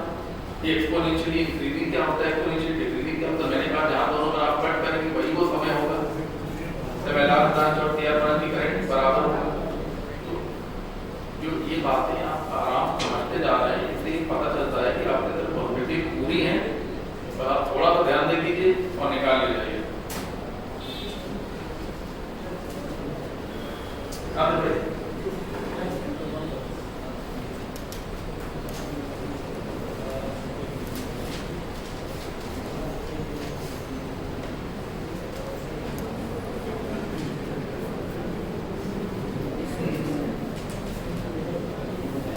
डायग्राम जो बनाएंगे तो ऐसे वो फ्रेंड्स आप करेंगे। ए और बी के बीच पोटेंशियल डिफरेंस एक बिल्कुल आने लायक क्वेश्चन है, आ चुके हैं ऐसे क्वेश्चन। जे इमेज में देख लीजिए, मेडिकल के एग्जाम में देख लीजिए, कई बार अनसॉल्व में आपको क्वेश्चन देखेंगे। पॉइंट ए और बी के बीच विभवांतर हमें फाइंड करना है, तो ब्रांच रूल लगाने जा रहे हैं। ए से बी तक branch rule minus I R minus E M minus L D I over D T equal to B. Branch rule में क्या होता है, हमें ए से बी तक ब्रांच रूल लगाना है, तो हम ए के पोटेंशियल से शुरुआत करते हैं और इक्वल टू के बाद बी के पोटेंशियल पर खत्म करते हैं। इक्वल टू के बाद बी के पोटेंशियल पर खत्म करते हैं। B A minus 5 into 2 minus 15 minus 5 into 10 to the power minus 3 और करंट का डिक्रीज होने का रेट दिया हुआ है इक्वल टू वी। ये विशेष बात जो इस सवाल को आपके सवाल को गलत करवा सकती है वो ये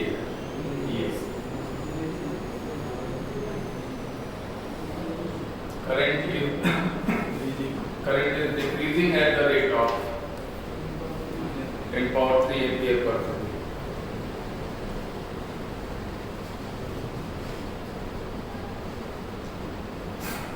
तो VA minus 10 minus 15 -5 no +5 is equal to VB, ये कट गया और माइनस इंटू माइनस प्लस हो गया, तो बी ए हो गया 10 minus 20 is equal to VB, तो B A minus VB is equal to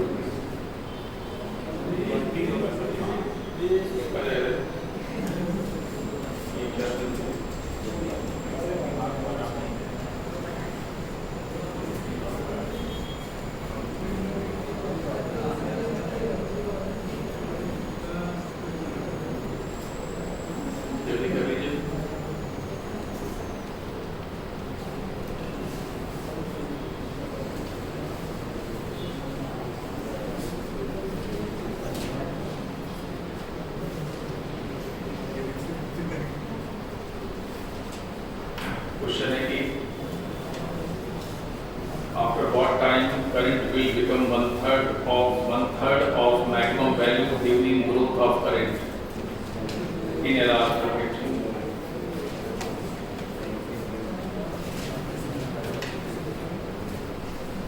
growth of current का क्वेश्चन है, ग्रोथ की equation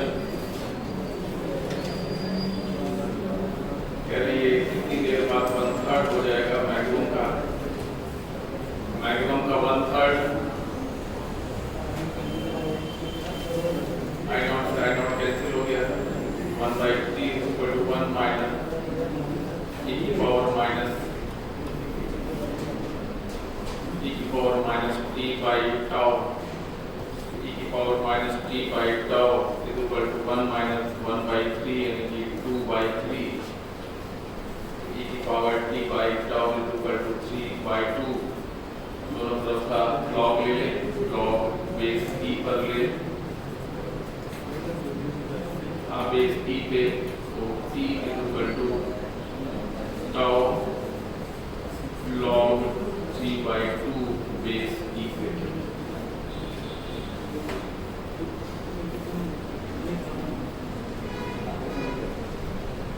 log e base e 1 होता है,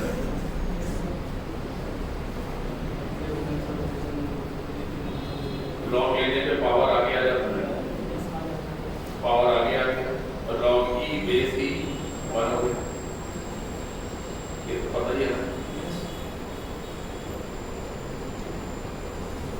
इसको ऐसे लिखा जाएगा 2.3 करते हैं, टाउ करते हैं, लॉग 3/2 बेस 10,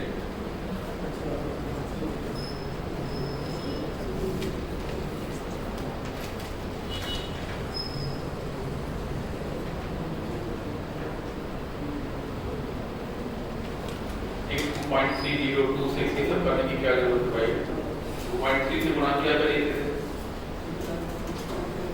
बेस ई को बेस 10 में कन्वर्ट करने के लिए बस 2.3 से मल्टीप्लाई करें।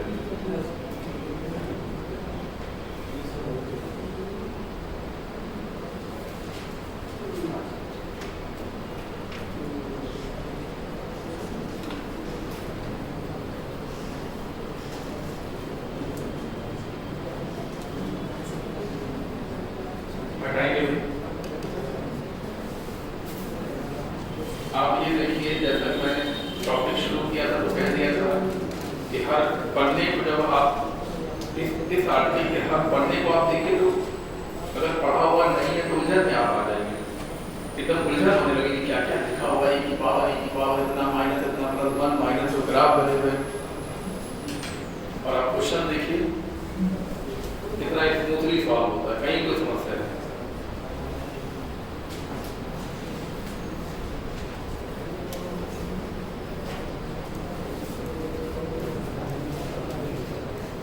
कभी आप एग्जाम के पहले तक जीआरटी हल्का हल्का भूल जाए तो भूल जाए और रिवाइज करें तो उलझन में ना आ जाए कि इतना कुछ लिखा हुआ है तो ये बिल्कुल समझ में नहीं आ रहा है। आप आराम से इसको एक बार रीडिंग मारिए और वो सब सवाल आसानी से सॉल्व हो जाएंगे। ये डायग्राम है, सर्किट डायग्राम है, और पूछा गया कि जब हम की को ऑन करेंगे, जैसे ही हम की को ऑन करेंगे तो कौन सा लोग क्लोज करेगा, जब हम की ऑन करेंगे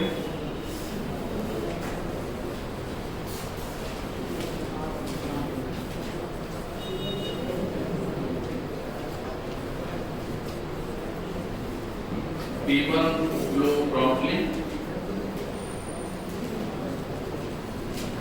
P1 flow promptly, P2 will flow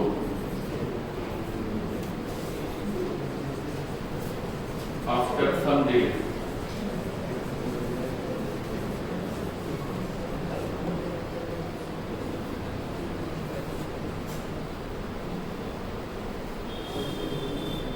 एक रुक जाइए, अच्छा मत लिखिए और इसको सही कर, इससे भी कॉन्सेप्ट थोड़ा क्लियर नहीं हो पाता है। B1 get full glow properly, अब ये बेहतर है। B2 get full glow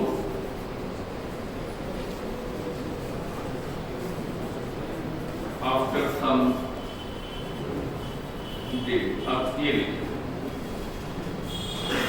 B1 तुरंत फुल ग्लो पे पहुंच जाएगा और B2 को फुल ग्लो पे पहुंचने में डिले होगा। कौन कराएगा? इंडक्टर, इंडक्टर डिले होगा।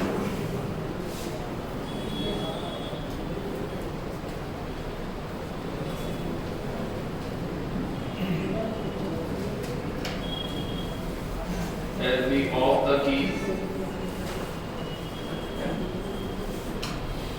जैसे ही हमने की को ऑफ किया तो ऑफ का डायग्राम बनाए थोड़ा सा, तो सिंबॉलिकली आपको बेहतर तैयारी होगी। ये आपका ये सीन होगा स्विच को ऑफ करने के बाद, ये सीन होगा।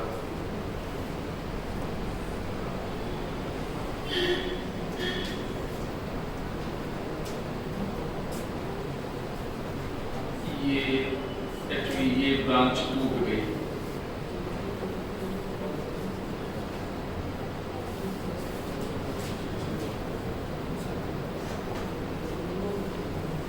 ये देखिए ये ब्रांच, बाहर वाली ब्रांच टूट गई, सोर्स हट गया, सोर्स हट गया तो इंडक्टर कॉइल में जो करंट बह रही थी वो पूरे में बहेगी। आप लिखेंगे as we off the key, both V1 and V2 will die out completely, after some delay। किसी एक स्टूडेंट के मन में, बच्चे के मन में ये बात आ जाती है कि जो आग के साथ लगा होगा वो तुरंत जल भी जाएगा, तुरंत बुझ भी जाएगा। ये यही से कॉन्सेप्ट बिगड़ना शुरू हो जाता है। B1 जब हम इसकी को ऑफ करेंगे, दोनों बल्ब अपनी फुल पावर पे पहुंच जाएंगे 2-4 सेकंड में। जब हम की को ऑन करेंगे दोनों बल्ब 2-4 सेकंड बाद फुल पावर पे पहुंच जाएंगे। B1 तुरंत फुल पावर पे पहुंच जाएगा और B2 2-3 सेकंड के बाद अपनी फुल पावर पे पहुंचेगा। ठीक है, अब दोनों अपनी अपनी फुल पावर से जल रहे हैं, दोनों अपनी अपनी फुल पावर से जल रहे हैं। हमने स्विच को फुल ऑफ कर दिया, स्विच को ऑफ कर दिया। इंडक्टर ने कहा नहीं, मैं अपने अंदर करंट को जीरो होने नहीं दूंगा, लेकिन मुझे लूप चाहिए। क्या कहता है इंडक्टर? बोलो, मुझे लूप नहीं, मुझे डिके में भी लूप चाहिए, मुझे ग्रोथ में भी लूप चाहिए, मुझे डिके में भी लूप चाहिए। उसको लूप में गया, उसको लूप मिल गया और लूप में कौन था? V1 भी उसी में था। बोलो, तो इंडक्टर जब अपने बगल वाले बल्ब को बुझने नहीं देगा तो उसको भी बुझने नहीं देगा, तो करंट पूरे में बहेगा। तो both V1 and V2 will die out, मतलब बुझना, die out completely after some delay। Inverter में यही प्रॉब्लम है। उसमें ये है कि जैसे टिके दिखाती है, टिके का सवाल पूछ लिया, लूपिंग है। कहने का मेरे मतलब ये है, अब इस बारे में ज़्यादा चर्चा करना नहीं चाहेंगे, लेकिन कहने का मेरे मतलब ये है कि ये इंडक्टर लगा हुआ है, ये बल्ब लगा हुआ है, ठीक है ना, और उसके बाद यहाँ पर एक बैटरी है और यहाँ पर एक की है और इन्होंने की को ऑन करा दिया। ठीक है, क्या होगा भाई? बल्ब जो है वो बुझ कुछ देर के बाद अपनी फुल पावर पे पहुंचेगा। फुल पावर नहीं, जलना तो तुरंत शुरू हो जाएगा, लेकिन T बराबर 0 पे नहीं, ऐसे ऑन किया तो नहीं चलेगा, लेकिन अगले ही माइक्रो सेकेंड में वो हल्का सा रोशनी देना शुरू करेगा और 2-3-4 सेकंड में अपना फुल ग्लो पे पहुंच जाएगा। अब कहते हैं L B of the key, L B of the key, इसमें डिटेल्स होना देखने को मिलेगा, तब फिर देखने को मिलेगा नहीं। L B of the key, L B of the key कुछ होएगा ही नहीं, तो तुमने ये ऑफ कर दिया, क्या होगा? इसको करंट को डिके होने के लिए भी लूपिंग चाहिए ना, लूपिंग तो यहाँ है नहीं। कहने का मतलब ये है कि इस सवाल में यहाँ पे की 1 होना चाहिए और यहाँ पे की 2 होना चाहिए, और सवाल ऐसे पूछा जाता है L B of T1 and on T2। तब आप कहेंगे ये बल्ब कुछ देर के बाद कंप्लीटली डाई आउट होगा, तुरंत नहीं डाई आउट होगा, कुछ देर के बाद। मतलब जैसे ही हम इसको ऑफ करेंगे, इसको लूप मिल रहा है, ये अपनी करंट को पूरे लूप में बनाए रखेगा, लेकिन बनाए रख नहीं पाएगा। ये अपनी इंडक्टर अपनी ब्रांच वाली करंट को मेंटेन करने का प्रयास करेगा, लेकिन सफल नहीं हो पाएगा। अल्टीमेटली तो इंडक्टर वाली लूप ब्रांच नहीं, ऑफ करने की बात कर रहा हूँ, ऑफ करने के बाद जब बोलो तो इंडक्टर वाली ब्रांच ना बोलना, इंडक्टर वाला लूप, पूरा लूप लेके आंसर करना, जो भी करना, ठीक है।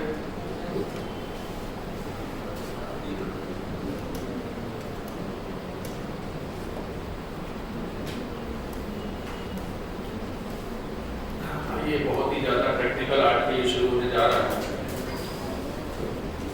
एक ऐसा आर्ट जो ना समझ में आने वाला आर्ट भी माना जाता है, और आप इसको बहुत ही सक्सेसफुली समझेंगे, बहुत आराम से आपको समझ में आ जाएगा। तो कुछ अनुभव पढ़ने जा रहे हैं, ये सब एनसीईआरटी में लिखा हुआ है, ये सब एनसीईआरटी में दिया हुआ है, बहुत जबरदस्त तरीके से लिखा हुआ है, तो समझ में नहीं आता। इतना जबरदस्त लिख दिया है कि पढ़ने में कुछ भी अच्छे समझ में नहीं आता क्या कहना चाहते हैं, कब क्या कह देते हैं एनसीईआरटी वाले, कौन से जगह को कौन सी बात कह देते हैं। उससे बेहतर जगह की हो सकती है, वहाँ नहीं कहते हैं, ऐसी जगह कहते हैं जहाँ पे वो चीज़ का मीनिंग नहीं है उसका वहाँ पे, लेकिन आप उसी में दिक्कत हो जाती है कि यहाँ ये क्यों कह दिया, वहाँ वो क्यों कह दिया। हम लोग पढ़ने जा रहे हैं एलसी सर्किट में करंट के दोलन और चार्ज के दोलन। इलेक्ट्रॉनों का ऐसे ऐसे होना, इलेक्ट्रॉनों का ऐसे ऐसे घूमना, ऐसे ऐसे ऐसे ऐसे, और करंट का भी ऐसे ऐसे घूमना, जिसे कहते हैं oscillation of charge and current in LC circuit. NCERT में ये आर्टिकल एसी में दिया हुआ है, और हम इस आर्टिकल को रखते हैं इलेक्ट्रोमैग्नेटिक इंडक्शन। एनसीईआरटी की ये आर्टिकल ऑल्टरनेटिव करंट वाले चैप्टर में आपको मिलेगा।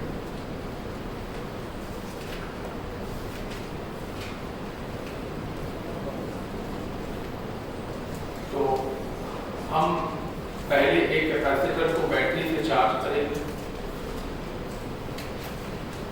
फुली चार्ज हो जाएगा, Q0 is equal to CV0 and energy stored is equal to half CV square या फिर half Q square by C। ये दो बातें आधार हैं, इसके बगैर हम आगे चल नहीं पाएंगे।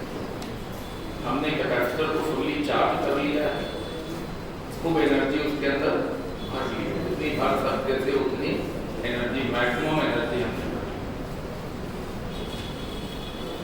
उसके बाद हम कैपेसिटर बैटरी काट देते हैं और कैपेसिटर को इंडक्टर से जोड़ देते हैं। जब हम ये काम कर देते हैं तो क्या होता है कि पॉजिटिव से नेगेटिव की तरफ करंट का बहना स्टार्ट होता है। थोड़ी देर बाद ये पॉजिटिव और ये नेगेटिव हो जाता है, इस प्रकार से करंट का वापस रिवर्स हो जाता है, फिर ये पॉजिटिव और ये नेगेटिव हो जाता है, तो करंट फिर से रिवर्स हो जाती है। इस प्रकार से करंट ऐसे ऐसे ऐसे ऐसे बहने लगती है, इसे कहते हैं ऑल्टरनेटिंग करंट। ये आपके सामने ऑसिलेटर का डायग्राम बना हुआ, conversion of DC into AC. ठीक है, वो सब आपको मॉडल फिजिक्स में पढ़ाई करेगी, धीरे धीरे खत्म कर लिया जाए। तो पॉइंट ए से ए तक हम ब्रांच रूल लगाना चाह रहे हैं।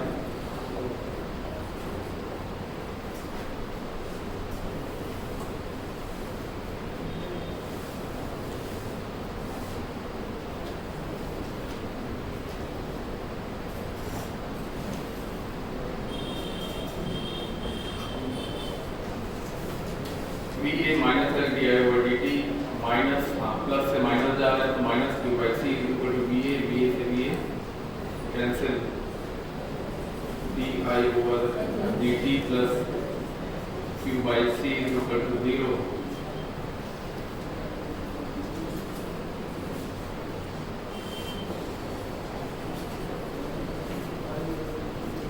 D Q by D T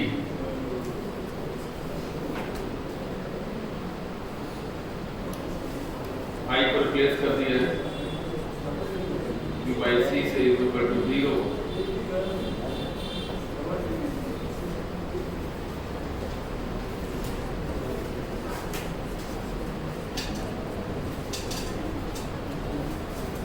ये चार्ट के ऑसिलेशन की डिफरेंशियल इक्वेशन यहाँ पर लिखी हुई है, जहाँ पर omega square is equal to 1 upon LC most important है, 1 अपॉन अंडर रूट LC ये ऑसिलेशन की एंगुलर फ्रीक्वेंसी है, ऑसिलेशन के मोस्ट इम्पॉर्टेंट है। ओमेगा बराबर 1 upon under root LC is equal to omega upon 2 pi ये फ्रीक्वेंसी है, यानी कि 1 upon 2 pi under root LC most important है, मोस्ट इम्पॉर्टेंट ये हर्ट्ज में लिखा जाता है। और फिर टाइम पीरियड जो कि 1 अपॉन f है, यानी कि 2 pi under root LC most important. कहते हैं कि C को डबल करने से L कितना करें, C को डबल करने से C को डबल करें तो L कितना करें कि टाइम पीरियड ना बदले। क्या करना है, C को डबल करना है तो L को हाफ करना है, C को ट्रिपल करना है तो L को 1/3 करना है कि टाइम पीरियड ना बदले। यहाँ सवाल छोटा सवाल रहता है, अक्सर आता रहता है।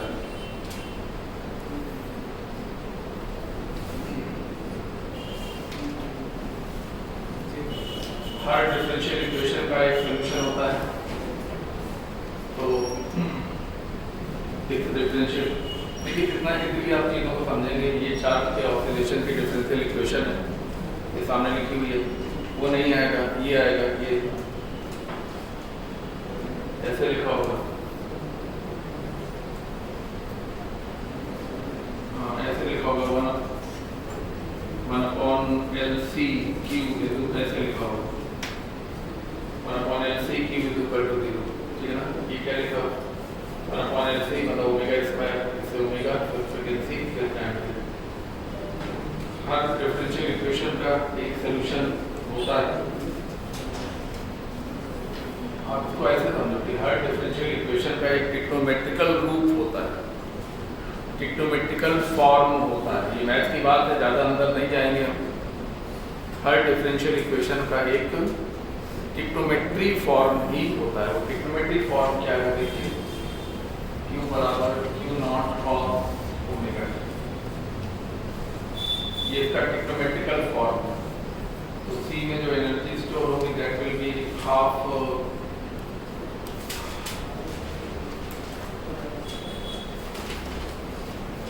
एनर्जी स्टोर होगी that will be half Q square by C।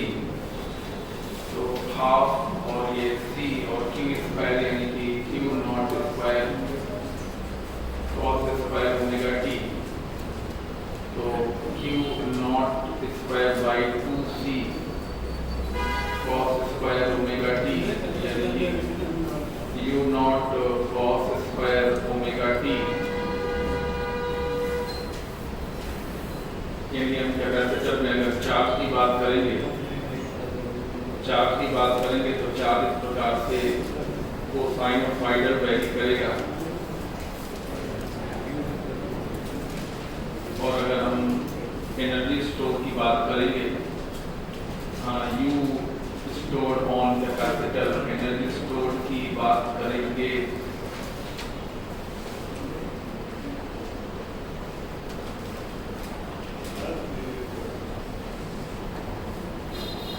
हम एनर्जी स्टोर की बात करेंगे तो ये देखिए निगेटिव भी पॉजिटिव में चला जाएगा, ठीक है ना। ऐसा क्यों होगा जल्दी बोलो, क्योंकि एनर्जी किसका फंक्शन है, बोलो कॉस स्क्वायर का फंक्शन है।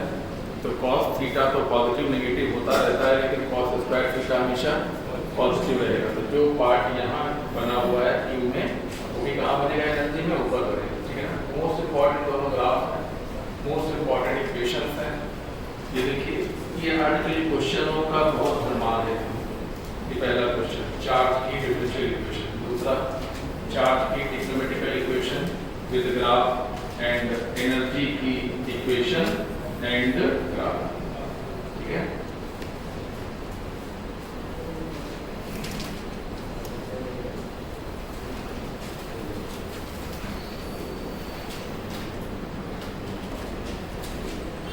आइए करंट की बात करें। नहीं, कुछ लोग जैसे कुछ सवाल अपने मन से समझने लगे, बनाने लगे और बिल्कुल सही कर रहे हैं, उसमें कोई बुराई नहीं। T/2 एक कंप्लीट साइकिल मैंने दिखाया। तो T बराबर 0 पर चार्ज मैक्सिमम होता है कैपेसिटर पे, फिर 0 T/2 T, वो सब आगे बता देंगे। I equal to dq by dt, यानी कि चार्ज की इक्वेशन को डिफरेंशिएट करें तो Q not minus sine omega T और ओमेगा हो जाएगा, तो ये आ जाएगा minus Q not omega sine omega T. और इस प्रकार से L पर जो एनर्जी स्टोर होगी that is half L I square, मतलब I जाइए ये लिखा हुआ है I not sine omega T, जहाँ पे I नॉट क्या है, I not is the maximum value of current, जिसको कहते हैं peak current is maximum I, और मैक्सिमम करंट पीक करंट कहते हैं इसको। पीक करंट यही से सवाल बनाने लग जाते हैं। देखिए कि peak current Q not omega CV not 1/√LC, यानी कि V not under C by L। Most important समझ लीजिए पीक करंट का मान। सवाल कैसा होगा, सवाल होगा LC सर्किट में दोलन हो रहे हैं, इसके दोलन चार्ज और करंट के दोलन हो रहे हैं, तो पीक करंट बताइए, फिर RMS करंट बताइए, फिर एवरेज करंट बताइए। तो पहले क्या तुम समझोगे, पीक करंट निकालोगे, पीक करंट में √2 कर दोगे तो RMS आ जाएगा, और 2I0/π कर दोगे तो एवरेज आ जाएगा। बात समझ में आ गई, ठीक है। हमने आपको पीक करंट बताया, अगले चैप्टर में हम लोग RMS करंट और एवरेज करंट देखेंगे। और देखना क्या है, आपका देखा हुआ है, बताइए RMS करंट बताओ, I0/2, एवरेज करंट बताओ 2I0/π, ठीक है ना। फुल साइकिल में एवरेज करंट बताओ 0, फिर बोल दिया 2I0/1/, हाँ फुल साइकिल की एवरेज करंट 0। जो आप एवरेज करंट पढ़ते हैं वो फुल साइकिल की नहीं होती, बल्कि हाफ साइकिल की होती है, क्वार्टर साइकिल की भी वही होती है, 1/10 साइकिल की भी वही होती है, 1/20 साइकिल की भी वही होती है। केवल 1 साइकिल की 0 होती है, 2 साइकिल की 0 होती है, 3 साइकिल की 0, 4 साइकिल की 0, 4.2 साइकिल की 2I0/π। क्या बता रहा हूँ आपको, क्या बता रहे हैं, एवरेज करेंट 2.2 साइकिल की बोलो 2I0/π, 2.5 साइकिल की 2I0/π, हाफ साइकिल की 2I0/π, 1/4 साइकिल की 2I0/π, फुल साइकिल की 0, 2 साइकिल की 0, 3 साइकिल की 0, 3.5 साइकिल की 2I0/π। बस इतना ध्यान रखिए।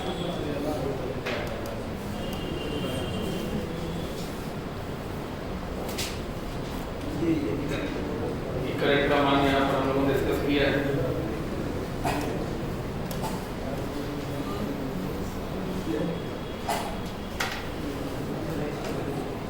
में stored energy that will be half Li square,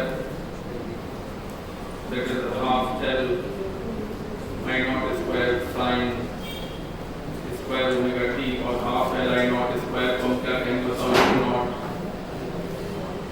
इस आर्टिकल में जो स्टूडेंट इस U naught को पकड़ के चलेंगे उनके लाभ ज़्यादा होंगे, उनके सवालों में कॉन्सेप्ट में ज़्यादा फायदा आपको मिलेगा, क्योंकि U naught वो एनर्जी है जो हम कैपेसिटर में सबसे पहले भर के लाए थे जब इंडक्टर का कहीं आता पता थी नहीं, हम एनर्जी कहाँ भर के लाए थे वो कैपेसिटर में भर के लाए थे, और वही मैक्सिमम एनर्जी है, उससे ज़्यादा हमको कहीं से आया नहीं आया है, वही एनर्जी है जो लेन देन आपस में चलता रहेगा, ठीक है ना।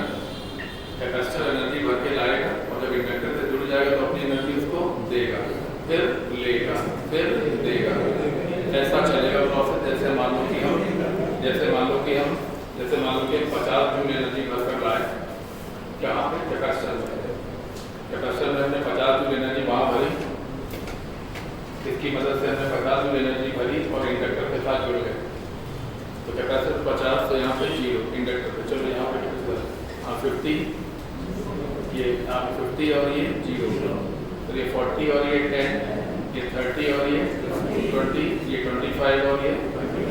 एक ऐसा समय आएगा जब दोनों में एनर्जी बराबर होगी, ठीक है ना। फिर 20, 30,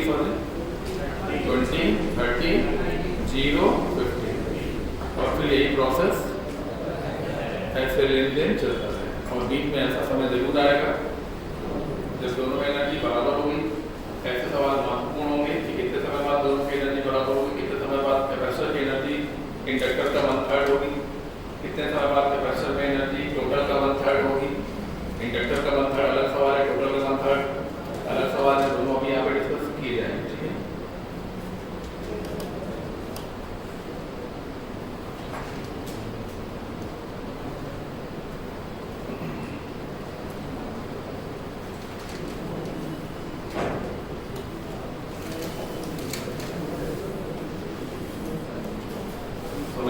करंट का ग्राफ ऐसा होगा साइनोसॉइडल।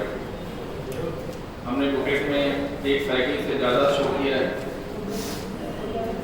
जबकि यहाँ पर बोर्ड में हम सिर्फ एक साइकिल को ही बना रहे हैं। एक साइकिल को ही समझना है और फिर उससे आगे वही चीज़ तो रिपीट होगी। जो पीरियोडिक ऑसिलेशन होते हैं उनमें एक खास बात होती है कि जो पहली साइकिल में होता है वही अगली साइकिल में रिपीट होता है, वही अगली साइकिल में रिपीट होता है, यही oscillation periodic oscillation.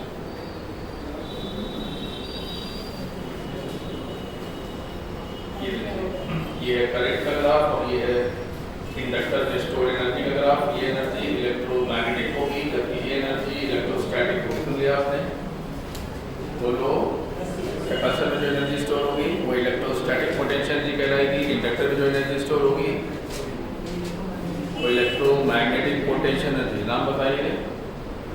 Electrostatic potential energy, electromagnetic potential energy, यानी कि एलसी सर्किट में इलेक्ट्रोस्टैटिक पोटेंशियल एनर्जी कन्वर्ट होती है इलेक्ट्रोमैग्नेटिक में एंड रिकन्वर्ट होती है इलेक्ट्रोस्टैटिक पोटेंशियल एनर्जी में। ठीक है, बेसिकली हम एनर्जी बाकी किसमें लाते हैं? इंडक्टर में, कैपेसिटर में। इंडक्टर में तो किससे एनर्जी बढ़ते हैं? बोलो डीसी सप्लाई से। किससे? बोलो डीसी सप्लाई। इस प्रकार से हम डीसी को एसी में कन्वर्ट करने का प्रोसेस कर रहे हैं, जिसको कहते हैं ऑसिलेटर। क्या कहते हैं? Conversion of DC to AC. Oscillator conversion of AC to DC. Rectifier कितने प्रकार का? दो प्रकार का, हाफ वेव और फुल वेव। किसकी मदद से किया जाता है? Single diode, double diode. बोलो single P injection diode, half wave rectifier, double P injection diode, full wave rectifier. चार लगा दे तो फुल वेव रेक्टिफायर, चार होंगे तो फुल वेव रेक्टिफायर, एक होगा तो हाफ वेव रेक्टिफायर। ये सब बातें मॉडर्न फिजिक्स में होंगी। ये तैयार कर लीजिए, वो तैयार कर लीजिए।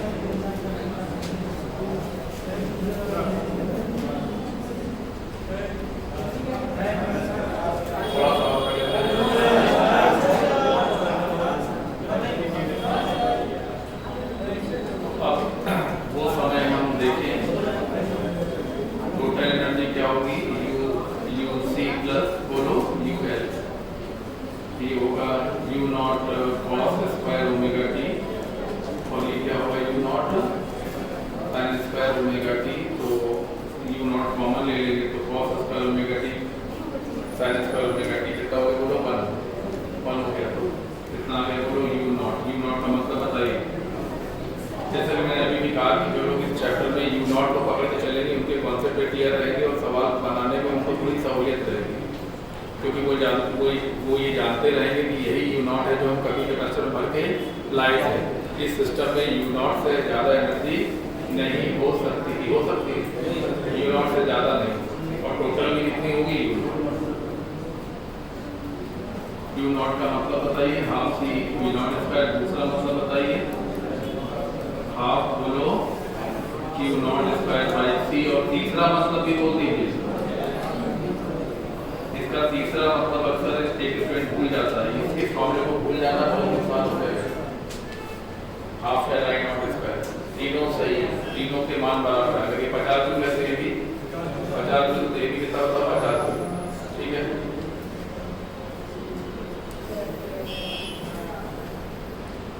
कह रहे हैं कि टाइम बताओ जब यूसी बराबर यूएल, टाइम बताओ जब बताओ यूसी बराबर UL, electrostatic energy electromagnetic energy के बराबर कितनी देर बाद होगी। कर omega t U naught sine square omega t, तो यू नॉट से यू नॉट कैंसिल हो गया, तो 10 square omega t equal to 1।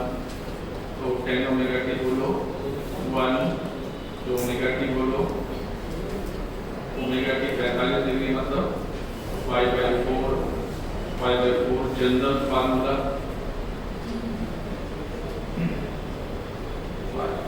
चलो 2π/t into t equal to general formula बताओ। जनरल फार्मूला 2n + 1 π/4, ये जनरल फार्मूला होता है। n का मान कैसे रखना होता है बताओ, 0 से रखना होता है 2 3। जो लोग थोड़ा वेव वगैरह के बारे में जानते हैं वो ये बात जानते हैं कि जब भी कोई कंडीशन 2n + 1 वाली होती है तो n का मान 0 से रखते हैं, और जब 2n - 1 वाली कंडीशन होती है तो 1 से रखते हैं। आप करें कब प्लस वाली होती है कब माइनस वाली होती है, जी नहीं, उसी आर्टिकल में प्लस वाली भी होती है, उसी में माइनस वाली होती है। कुछ किताबें 2n + 1 करके बताती हैं, कुछ किताबें 2n - अरे मिनिमा की कंडीशन की बात कर रहा हूँ मैं। इंटरफेरेंस में वेव में मिनिमा की कंडीशन होती है 2n + 1 λ/2। बोलो 2n + 1 पाई मिनिमा कंडीशन है, 2n + 1 λ/2 मिनिमा की कंडीशन है। ये पार्ट डिफरेंस की बोली पहले क्या बोला, फेज डिफरेंस, ठीक है ना। तो नहीं ये कंफ्यूज मत हो भाई, मिनिमा की कंडीशन में 2n + 1 भी हो सकता है। 2n अंदर से कितना है 2n + 1 जब किताब लिखी है तो n का मान 0 धरना शुरू करना, और जब 2n - 1 वाली कंडीशन किसी गेट में देखना तो 1 से रखना। इतनी सी अंतर है, कंफ्यूज मत होइए, ठीक है ना। और मैक्सिमम कंडीशन हमेशा n पाई n लैम्डा, क्या n पाई, हाँ मैक्सिमम कंडीशन बता रहा हूँ, हाँ 2n पाई n लैम्डा। क्या बताने जा रहे थे, क्या होगा ये बता रहे हैं। तो 2π/t इंटू t, तो 2π से सॉरी पाई से pi cancel, t equal to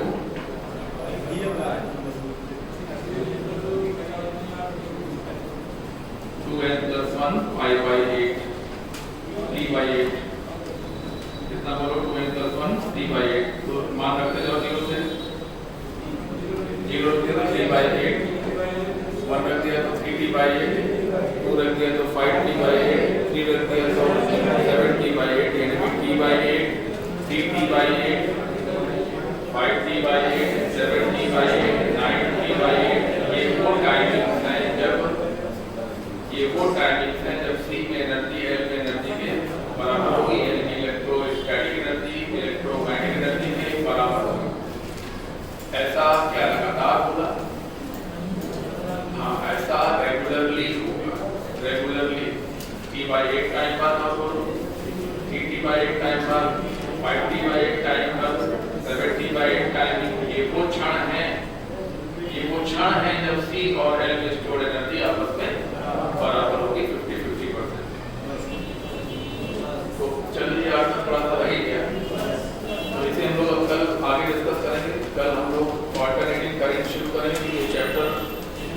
30 minute